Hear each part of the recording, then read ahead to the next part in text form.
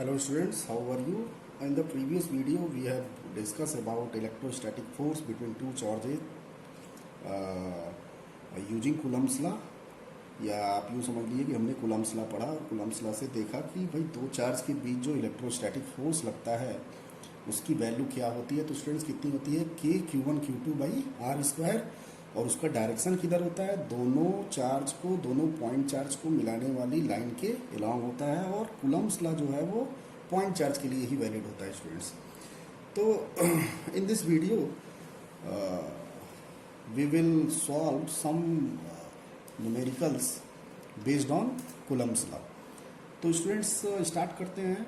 ये देखिए, अच्छा इससे पहले सुपरपोजिशन प्रिंसिपल को एक बार मैं फिर से बोल दे रहा हूँ कि आपको कोई सिस्टम दिया, उसमें बहुत सारे चार्ज हैं, तो किसी एक चार्ज पे आपको फोर्स निकालना है, तो अलग अलग चार्ज के कारण जो उस पर फोर्स लग रहा है उसको कैलकुलेट कीजिए और सबका वेक्टर सम कर दीजिए, उस चार्ज पे नेट फोर्स आ जाएगा।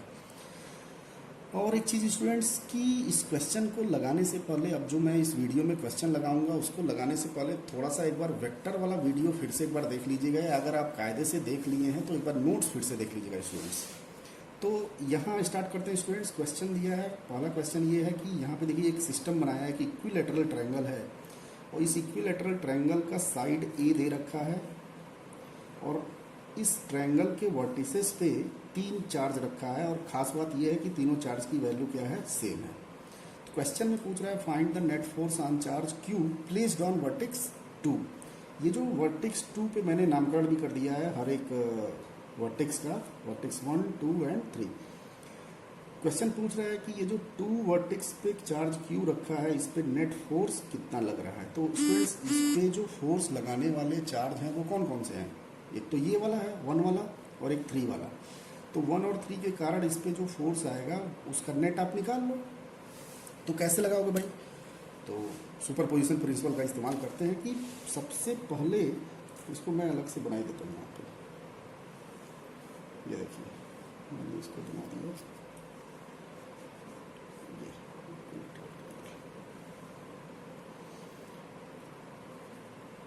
यहाँ एक चार्ज, यहाँ एक चार्ज, और यहाँ एक चार्ज। ये है Q, ये है Q, ये भी है Q, इसका नाम है, इसका नाम 1, इसका नाम 2, इसका नाम 3। तो स्टूडेंट्स देखिए इस 2 पे जो फोर्स है वो कौन कौन लगा रहा है, एक तो 1 लगा रहा है, तो 1 के कारण जो इस पे फोर्स आएगा वो किधर आएगा, तो बता रखा है मैंने कि दोनों को मिलाने वाली लाइन के अलॉन्ग। तो ये लाइन दोनों को मिलाइए, और देखिए दोनों पॉजिटिव है तो रिपेल करेगा, तो इस पर फोर्स आएगा ऐसे। तो इसका नाम मैं रख देता हूँ F21। अब बताइए तीसरे वाले के कारण, अच्छा जब इसके बीच जब हम फोर्स निकालेंगे तो तीसरे को नहीं देखना है, फिर इसके बीच जब हम निकालेंगे तो पहले वाले को नहीं देखना है। यही तो सुपरपोजिशन प्रिंसिपल है।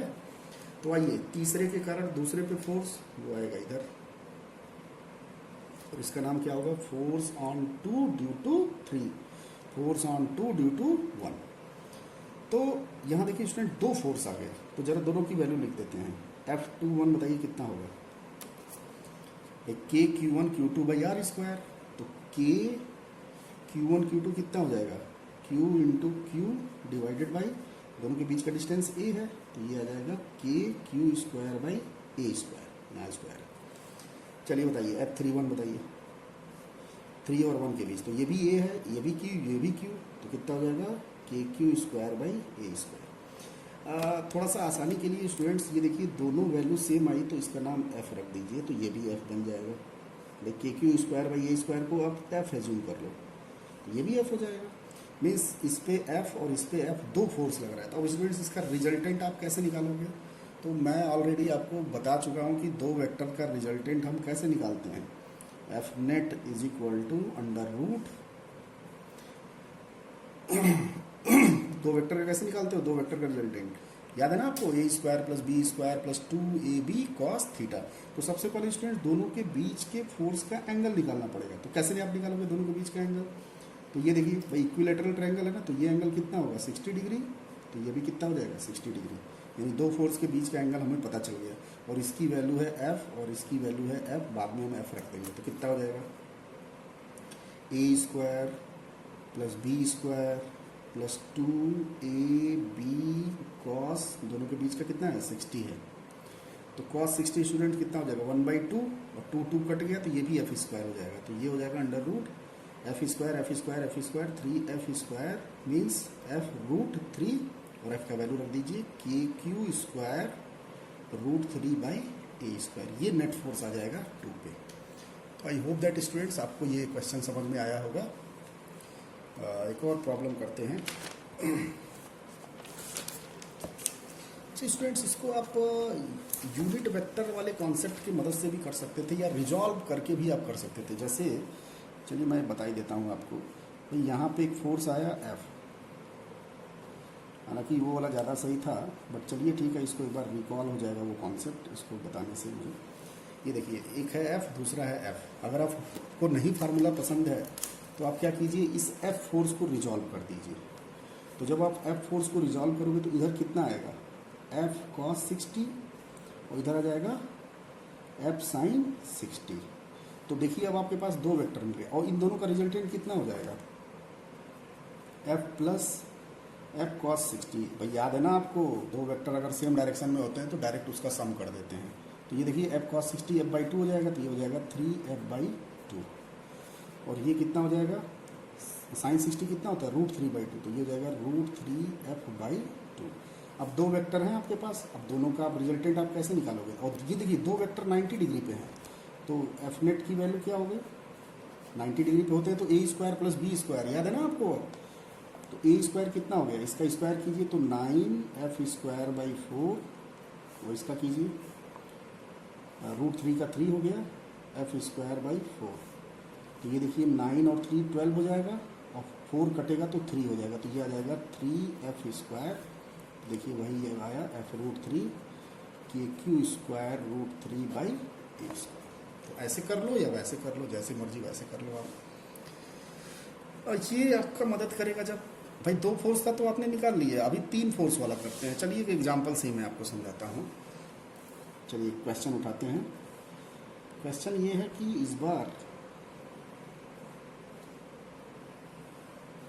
इस तरह का प्रॉब्लम आपके एनसीईआरटी में भी दिया होगा, लेकिन यहाँ मैं थोड़ा प्रॉब्लम को इजी कर देता हूँ, बाकी कठिन वाला आप अपने एनसीईआरटी बुक से लगाइएगा। कठिन कुछ नहीं है, कॉन्सेप्ट वही है, बस थोड़ा सा वैल्यू मैं ऐसा ले रहा हूँ कि कैलकुलेशन इजी हो जाएगा। यहाँ पे एक स्क्वायर है, स्क्वायर के जो साइड्स दिए हुए हैं वो फिर से वही पुराना अपना ए दिया हुआ है और ये सारे वर्टिसेस पे चार्ज रखे हुए हैं QQ, नामकरण कर देते हैं सारे वर्टिक्स का 1 2 3 4। फिर से वही F net on Q placed at 2 means इस 2 पे जो चार्ज प्लेस्ड है उस पर नेट फोर्स आपको निकालना है। तो थोड़ी देर स्क्रीन को पॉज कीजिए और खुद लगाने की कोशिश कीजिए, बाकी मैं तो सिखाऊंगा आपको। चलिए अगर आपने सोच लिया है, अगर लगा लिया है तो एक बार चेक करते हैं। तो स्टूडेंट्स ये जो चार्ज 2 है इस पर कौन कौन सा चार्ज फोर्स लगा रहे हैं, 1 लगा रहा है, 3 लगा रहा है, 4 लगा रहा है। तो ज़रा कैलकुलेट करते हैं कि इन तीनों के कारण कितना कितना फोर्स आ रहा है और फिर बाद में उसका वेक्टर सम कर देंगे। तो चलिए 1 जो है वो किधर लगा रहा है रिपल्सन, और along the line F2 due to 1 पहले आप ऐसे बना लीजिएगा, फिर किनारे कैलकुलेट कर दीजिएगा, बाद में वेक्टर सम कर दीजिएगा। जिस तरह से मैं कर रहा हूँ वही आप प्रोसीजर फॉलो कीजिएगा। 3 के कारण तो ठीक है भाई, ये भी रिपल्सन लगाएगा F2 1 और ये देखिए ये भी रिपल्सन लगाएगा। तो इन दोनों को पहले मिलाइए, 4 और 2 को मिलाओ। आपको समझ में आ रहा है ना ये चीज़, ये देखिए। तो रिपल्सन ये भी, इसका नाम होगा F4 due to F/2 due to 4 और ये साइड A है। चलिए सबको बारी बारी कैलकुलेट करते हैं। तो स्टूडेंट्स F21 बताइए कितना हो जाएगा। तो फिर से वही KQ1 Q2 by R², R की वैल्यू है, R की वैल्यू ये है ना। चलिए F31 ये 3 1 था ना, F2 3 था, F12 ड्यू टू 3 तो F2 3 निकालिए, तो इसकी भी वैल्यू सेम आएगी FQ² /a²। F24 निकालिए, 2 पे ड्यू टू 4, तो बताइए क्या होगा। तो देखिए ना, K Q into Q square और divided by distance between them. तो ये डिस्टेंस कितना होगा, ऐसा नहीं है आप जल्दबाजी में ए ले लीजिए भाई। देखिए ना, अगर ये ए है, ये भी ए है, तो ये कितना होगा A√2, तो यहाँ पे A√2 का स्क्वायर होगा, ये डायगोनल है ना, तो ये हो जाएगा KQ स्क्वायर बाई 2A²। अब एक काम कीजिए आप, KQ square by A square को F एज्यूम कर लीजिए। तो यहाँ पे मैं लिख दे रहा हूँ, let KQ square by A square equal to F। अगर भाई ऐसा मैंने इसलिए किया कि बार बार KQ square by A square, KQ square by A square ना लिखना पड़े। तो F21 कितना हो गया, F हो गया, और F23 कितना हो गया, ये भी F हो गया, और F24 कितना हो गया, ये देखिए, ये वाला पूरा आपने F मान लिया और 2 नीचे है, तो F/2 हो गया। अब इन तीनों फोर्स का रिजल्टेंट निकालना है स्टूडेंट्स। तो यहाँ पे देखिए मैं कर रहा हूँ, जो ये चार्ज पार्टिकल था, एक तो फोर्स ऐसे आ गया F21 की वैल्यू F, F23 की वैल्यू F, और F24 की वैल्यू F/2। जरा ये आपको ये तो पता ही होगा इसमें कि भाई ये जो डायगोनल है, ये रेक्टेंगल है, सॉरी स्क्वायर है, ये 90 है, और ये डायगोनल जो है वो बाइसेक्ट करेगा इस एंगल को। तो ये स्टूडेंट्स कितना होगा, अगर ये 90 है तो ये कितना होगा 45, और ये भी कितना होगा 45, तो ये एंगल भी कितना हो जाएगा 45। तो ये एंगल स्टूडेंट्स कितना हो जाएगा 45। तो देखिए इसको आप कई तरीके से निकाल सकते हो, या तो आप F/2 को रिजॉल्व कर दीजिए। चलिए करिए, रिजॉल्व करिए, कैसे करेंगे। तो इधर कितना होगा बताइए, इस F/2 का कंपोनेंट कितना होगा F/2 cos 45, और इधर कितना होगा F/2 sin 45। भाई इसके बाद देखिए यहाँ पे इलेक्ट्रोस्टैटिक्स का काम खत्म, यहाँ पे कूलम्स लॉ का खत्म। अब आपको वेक्टर का कॉन्सेप्ट लगाना है, इसलिए मैंने वेक्टर आपको पहले पढ़ाया। यहाँ आपको लग रहा होगा कि भाई वेक्टर के बिना ये सब क्वेश्चन नहीं कर पाएंगे हम, तो इसलिए मैं वेक्टर का रिवीजन कराया, और आप भी कर लेना अच्छे से रिवीजन, तभी कर पाओगे। तो मैंने F/2 को स्टूडेंट्स रिजॉल्व कर दिया, एक इधर और दूसरा इधर, तो ये दोनों तो ऐड हो जाएगा डायरेक्ट। तो कितना हो जाएगा F/√2 और cos 45 कितना होता है 1/√2, तो ये हो जाएगा F प्लस F2√2, और ये भी F और ये भी 1/√2 हो जाएगा, तो इसकी वैल्यू हो जाएगी F प्लस F2√2। अब तो वेक्टर 90 डिग्री पे, तो नेट फोर्स कितना हो जाएगा 90 डिग्री पे होता है, तो A square plus B square, तो इसका स्क्वायर प्लस इसका स्क्वायर। तो करिए स्टूडेंट्स, F प्लस F2√2।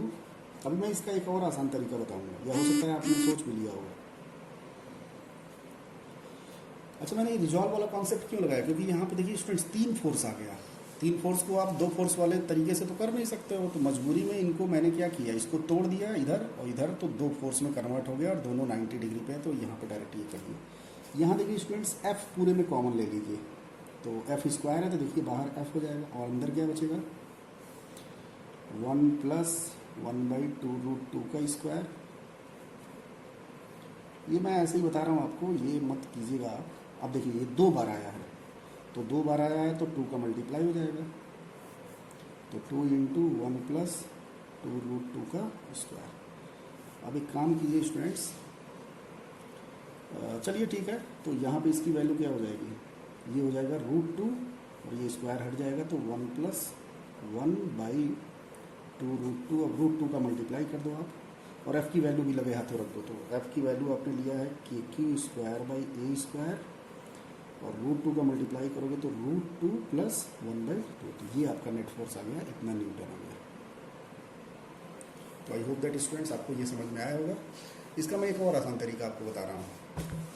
भाई हमारे पास जो आया था 3 फोर्स आया था, एक आया था F इधर, और एक F इधर आया था, और ये आया था F/2 45 डिग्री पे। आप स्टूडेंट्स वेक्टर का ज़रा नोट्स देखिएगा, जो मैं क्लास 11th में आपको पढ़ाया था, कि अगर 2 वेक्टर 90 डिग्री पे हैं या किसी भी एंगल पे हैं, और दोनों का मैग्नीट्यूड सेम होता है, आप देखिएगा दोनों का अगर मैग्नीट्यूड सेम होता है, तो इन दोनों का जो रिजल्टेंट आता है वो दोनों के बीच के एंगल को बाइसेक्ट करता है। आप एक बार नोट्स खोल के देखिएगा, अगर दो वेक्टर ए और बी दोनों का मैग्नीट्यूड अगर सेम है, वेक्टर ए का मैग्नीट्यूड वेक्टर बी के मैग्नीट्यूड का सेम है, तो इसका जो रिजल्टेंट आएगा आर, वो दोनों के बीच के एंगल को क्या करेगा स्टूडेंट्स, बाइसेक्ट करेगा। चाहे एंगल 90 हो और चाहे एंगल कुछ भी हो। सपोज एंगल थीटा है, तो ये जो रिजल्टेंट इसका आएगा ये θ/2 और θ/2 बाइसेक्ट करेगा। तो वही कॉन्सेप्ट मैं यहाँ यूज करूँगा स्टूडेंट्स। तो देखिए एफ और एफ दोनों का मैग्नीट्यूड सेम, दोनों के बीच का एंगल 90 है, तो इसका जो रिजल्टेंट आएगा इन दोनों का, वो इन दोनों के बीच के एंगल को बाइसेक्ट करेगा। तो इसका रिजल्टेंट आएगा ये। अगर बाइसेक्ट करेगा मतलब 45 पे, तो 45 का मतलब ये तीसरे वाले वेक्टर के डायरेक्शन में होगा। और कितना होगा, तो एफ और एफ का रिजल्टेंट कितना होगा स्टूडेंट, देखिए ना, यहाँ मैं लिख दे रहा हूँ F resultant of F and F कितना होगा, अंडर रूट एफ का स्क्वायर प्लस एफ। भाई दोनों 90 डिग्री पे है ना, तो 90 डिग्री पे होता है सीधे सीधे ए स्क्वायर प्लस बी स्क्वायर, तो ये f√2 आ जाएगा स्टूडेंट्स। यानी ये जो रेड वाला मैंने बनाया, ये एफ और एफ का रिजल्टेंट है, तो ये कितना हो गया f√2। आपको समझ में आ रहा है ना कि भाई दो वेक्टर 90 डिग्री पे हैं और मैग्नीट्यूड सेम है, तो उसका रिजल्टेंट 45 डिग्री पे जाएगा। अगर 45 पे डिग्री पे जाएगा तो ये इन दोनों का रिजल्टेंट और तीसरा वेक्टर दोनों एक डायरेक्शन में होगा। अब क्या करेंगे हम, भाई दो वेक्टर का रिजल्टेंट हमने निकाल लिया, अब तीसरे वेक्टर के साथ जोड़ दीजिए। तो तीसरे वेक्टर के साथ जोड़ना बहुत ईजी है, क्योंकि दोनों एक डायरेक्शन में है, यानी नेट फोर्स जो आएगा ये दोनों का टोटल का सम आएगा। और ये f√2 कैसे आया, क्योंकि 90 डिग्री पे है, तो a square plus b square मतलब under root f square plus f square. तो कितना हो गया f/2 प्लस नेट फोर्स कितना हो गया इस पर f/2 plus f√2। F common ले लीजिए, अंदर कितना आ जाएगा 1/2 प्लस √2। तो देखिए सेम आंसर आ रहा है। एफ की वैल्यू रख दीजिए KQ square by A square और 1/2 प्लस √2। तो ये देखिए 1/2 प्लस √2 और KQ square by A square, same answer. तो स्टूडेंट्स यहाँ आपको सोचना है कि कैसे आप लगाओ तो ज़्यादा उसका सोल्यूशन बेस्ट होगा। तो वो आपके वेक्टर के कॉन्सेप्ट पे डिपेंड करता है कि आपका वेक्टर का कॉन्सेप्ट कितना तगड़ा है और आप उसको कितने तगड़े से कितने स्ट्रांगली आप यूटिलाइज कर रहे हो। तो दोनों सही है, जो आपके दिमाग में क्लिक कर गया वो बेस्ट है। तो मेरे दिमाग में ये क्लिक किया तो ये वाला कर दिया मैंने। तो इसका थोड़ा सा सोल्यूशन ज़्यादा लेंदी नहीं है, ये थोड़ा लेंदी है, बट ठीक है, चलिए जो दिमाग में क्लिक करेगा वो ऐसे करेंगे। तो आई होप दैट स्टूडेंट्स ये दोनों क्वेश्चन आपको समझ में आया होगा। अब इस तरह के बहुत सारे प्रॉब्लम आपको दिए हुए हैं आपके बुक में, आप कीजिएगा। अभी मैं एक और लगवा दूंगा यहाँ पे, ज़रा इस प्रॉब्लम को देखिए कैसे चेंज करते हैं। मैं मतलब अनंत टाइप के प्रॉब्लम, इनफाइनाइट प्रॉब्लम्स बना सकता हूँ मैं। जैसे मैं क्या करूँगा कि यहाँ पे Q यहाँ पे 2Q दे दूँगा, चार्ज की वैल्यू डिफरेंट कर दूँगा, है ना। और स्क्वायर है, रेक्टेंगल बना दूँगा। इस पे फोर्स पूछ रहा है तो मैं इस पे फोर्स पूछ लूँगा। मैं एक बीच में चार्ज रख दूँगा, एक चार्ज मैं बीच में रख दूँगा और फिर पूछ लूँगा। चलिए मैं क्वेश्चन आपको एक दे देता हूँ, आप खुद ट्राई कीजिएगा। और दो क्वेश्चन मैं आपको दे रहा हूँ, आप घर पे खुद ट्राई करना और इसका आंसर भी मैं लिख दे रहा हूँ। ये स्क्वायर है फिर से, और ये Q, ये माइनस Q और Q।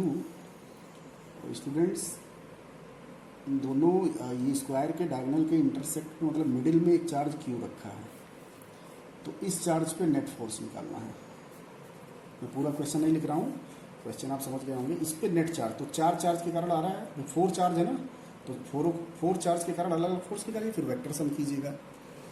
मैं इसका आंसर लिख दे रहा हूँ स्टूडेंट्स, इसका आंसर आप देख लेना 4KQ square by A square. आप इसको लगा के मेरे व्हाट्सएप पे सेंड करना। दूसरा क्वेश्चन देख रहे हैं मैं कैसे प्रॉब्लम को दे रहा हूँ, वही प्रॉब्लम उठाया मैंने, बस केवल इधर उधर वैल्यू चेंज की। ये माइनस Q, ये भी माइनस Q, यहाँ Q, यहाँ Q, और फिर से चार्ज यहाँ पे रखा है Q। तो इसका एफ नेट निकालिएगा इस वाले पे, इस पे एफ नेट कितना है ये आप निकालिएगा। उसका मैं आंसर भी लिख दे रहा हूँ, √2 × 4KQ square by A square. दोनों क्वेश्चन को आप सॉल्व करके मेरे व्हाट्सएप पे सेंड कीजिएगा ईमानदारी से। और आपके बुक में भी जो प्रॉब्लम होगा ट्रायंगल वाला, रेक्टेंगल वाला, स्क्वायर वाला, वो सॉल्व करके आप एक बार चेक कर लेना। तो आई होप दैट स्टूडेंट्स ये कॉन्सेप्ट समझ में आया होगा। मेरी पूरी उम्मीद है कि आप ये क्वेश्चन भी सॉल्व करेंगे। एक देखिए बड़ा इंटरेस्टेड क्वेश्चन ये देखिए, तो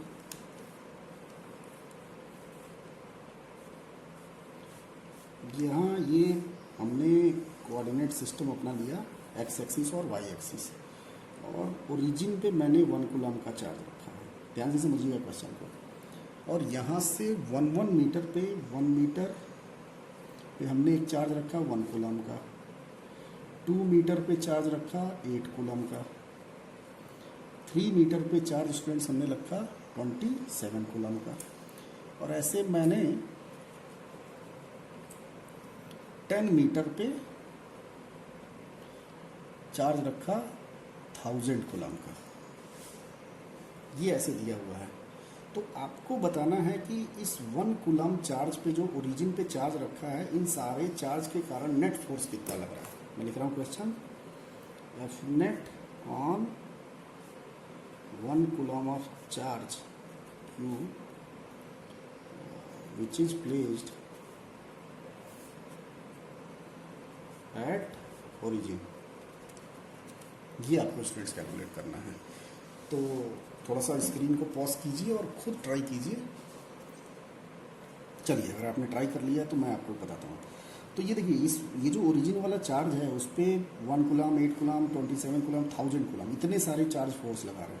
तो सबसे पहले इंडिविजुअल फोर्स निकालिए।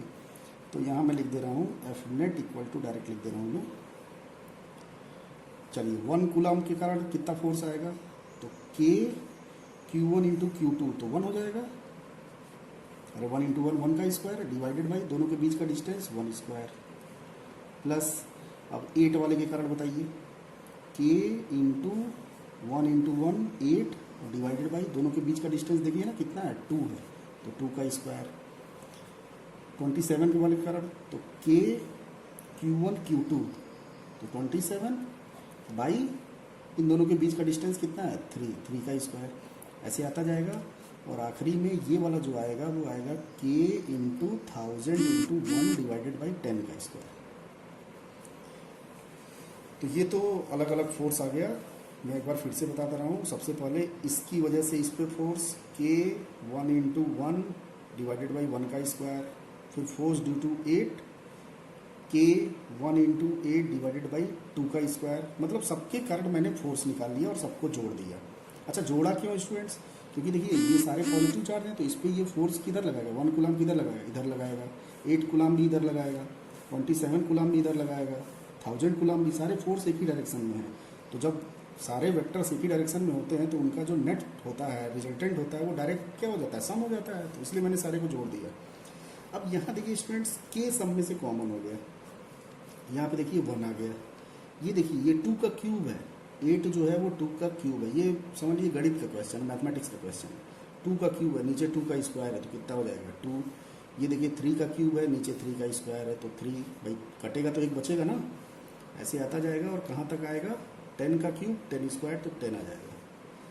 तो 1 + 2 +, भाई ये तो आपने किया होगा AP में, ये AP है, या आप यूँ समझ लीजिए 1 से लेके 10 तक के नंबर को आप जोड़ दीजिए। तो आप कर लेना AP की मदद से, A + n - 1 है, जो भी हो, सिग्मा n है ये, nn + 1 डिवाइडेड बाई 2, तो 10 इंटू 11/2, ये आंसर आ जाएगा आपको 55K। और K की वैल्यू रख देना या फिर ऐसे ही रख देना, इतना न्यूटन आ जाएगा। तो आई होप दैट स्टूडेंट्स आपको ये क्वेश्चन समझ में आ गया होगा। अब एक और क्वेश्चन करूँगा, बट अभी नहीं, नेक्स्ट वीडियो में मैं थोड़ा सा 11th का जो मैकेनिक्स चैप्टर है उसको मिला के, भाई फोर्स क्या है, फोर्स आपने कब पढ़ा था, 11th में मैकेनिक्स में पढ़ा था, तो मैकेनिक्स भी इसमें घुसेड़ सकते हैं। आप मैकेनिक्स का कुछ कॉन्सेप्ट उठाइए और इलेक्ट्रोस्टैटिक का कॉन्सेप्ट उठाइए और दोनों को मिला के क्वेश्चन बना दीजिए। तो मैं कुछ क्वेश्चन करवाऊँगा उस तरह का, फिर हम लोग इक्विलिब्रियम प्रॉब्लम करेंगे। बट ये जो बेसिक है, बेसिक क्वेश्चन, वो आप स्टूडेंट्स कर लेना अपने बुक से, या जो भी आप जहाँ से आपको मिले क्वेश्चन वो आप सॉल्व कर लेना। तो students, I hope that students आपको अच्छे समझ में आ गया होगा। बहुत बहुत धन्यवाद आपका, थैंक यू वेरी मच।